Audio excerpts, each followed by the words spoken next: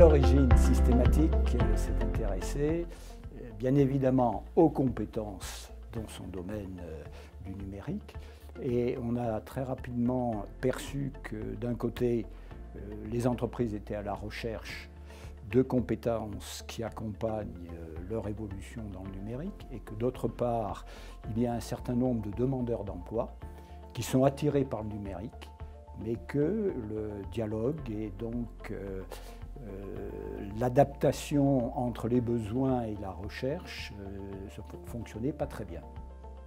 Depuis quelques années, on rencontre de réelles difficultés pour avoir des gens compétents et même pour avoir des gens tout court en fait, qui soient capables de répondre à nos exigences. Le pôle systématique RH nous apporte une aide directe. En fait, on est en contact direct avec le pôle. Il nous aide aussi dans nos relations avec Pôle emploi, l'APEC, donc les instances, disons, officielles. Alors Systématique a développé à la fois des outils, a développé, je dirais, une démarche et a essayé également d'être un fédérateur. Alors, dans les outils, on a développé ce qu'on appelle un guide du recrutement pour les PME qui est mis à jour et qui est adapté de manière assez périodique.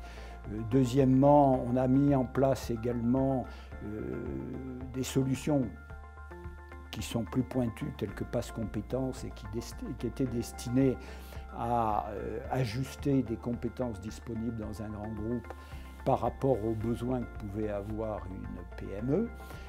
On a développé ce qu'on appelle des forums virtuels pour constituer, pour rapprocher d'un côté les apprentis et de l'autre côté les PME. Alors en complément des outils, on a développé des dispositifs. Et parmi ces dispositifs, celui qui est le plus actif en ce moment et qui se développe sur plusieurs départements, c'est Reconversion 1000.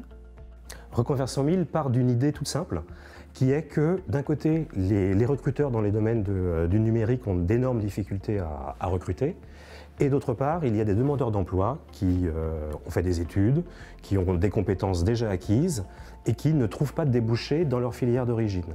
Et en fin de compte, Reconversion 1000 est tout simplement un dispositif qui va consister à mettre en relation d'un côté les besoins des recruteurs et de l'autre côté des potentiels en recherche d'emploi auxquels on propose une reconversion vers les métiers de l'informatique. La spécificité principale, c'est précisément d'accentuer sur le fait que le recrutement se produit avant l'entrée en formation des demandeurs d'emploi. Ils signent une promesse d'embauche. Ils suivent la formation et enfin sont intégrés dans l'entreprise à l'issue de la formation. Et je dirais que toute la force et toute l'importance du dispositif, c'est précisément d'aller toucher des publics qui ne penseraient pas à ce type de reconversion et qui, voyant les exemples qui ont réussi et qui sont massifs, se disent pourquoi pas moi. Un jour, j'ai reçu un mail de Pôle emploi en me proposant une formation en tant que développeur Java. Je me suis dit mais qu'est-ce qu'ils font? Ils se sont complètement plantés. Je ne pensais pas au début pouvoir intégrer ce genre de formation-là avec le peu de bagages que j'avais. Je n'avais aucune notion de tout ce qui est technologique.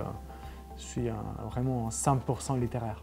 Au final, après plusieurs recherches, ça a commencé à m'intéresser, me disant ça m'a l'air plutôt pas mal. Alors, les dispositifs de financement de la formation sont liés à Pôle emploi au début.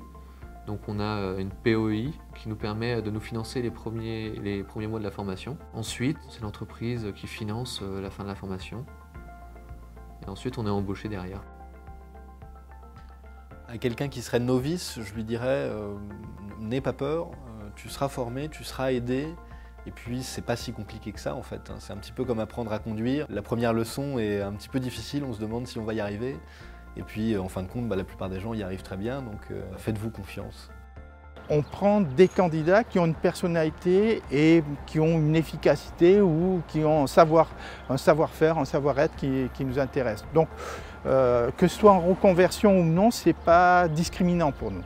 Le troisième volet de la politique RH de Systématique, c'est dans sa capacité à fédérer les acteurs qui interviennent sur les territoires. Et depuis le début de l'année 2017, Systématique est capable de réunir les acteurs qui sont importants, il y en a 8, pour réaliser des objectifs dans ce domaine. Pôle emploi, la Grande École du numérique, Enix qui est l'opérateur de reconversion, l'APEC, la CCI du département, Malakoff Médéric, Fafiec et la Directe. Bien évidemment, l'État est impliqué. Les résultats fin 2017, sur 3 territoires, Paris et les départements 93 et 94. 17 sessions de formation ont été organisées pour la reconversion à des métiers du numérique. 106 personnes ont été formées, dont 34% de femmes, 54% de chômeurs longue durée. Et le résultat, c'est qu'il y a eu 90% de sorties positives, soit de retour à l'emploi, soit de formation complémentaire. Ces résultats sont déjà significatifs, mais nous voulons aller plus loin. Et nous pensons qu'il faut continuer à développer notre capacité de fédération, de mobilisation. Et nous sommes à l'heure actuelle en discussion pour associer également le CNAM, pour associer la Web Academy et pour associer une société de systématique qui est particulièrement dynamique sur ce problème des compétences numériques, la société Sensio Labs. Nous avons identifié 3 cursus sur lesquels il y a des tensions aujourd'hui. Le premier, c'est la cybersécurité. Le second, c'est dans les métiers de l'assistance à maîtrise d'ouvrage, le métier de Product Owner. Et le troisième, c'est un cursus d'automaticien de test en raccourci sur 55 jours. Donc là, nous allons expérimenter en 2019 également un cursus d'analyste informaticien, donc de développeur informatique, mais ouvert à des publics de niveau bac, voire infrabac. Et tout cela avec systématique, bien entendu.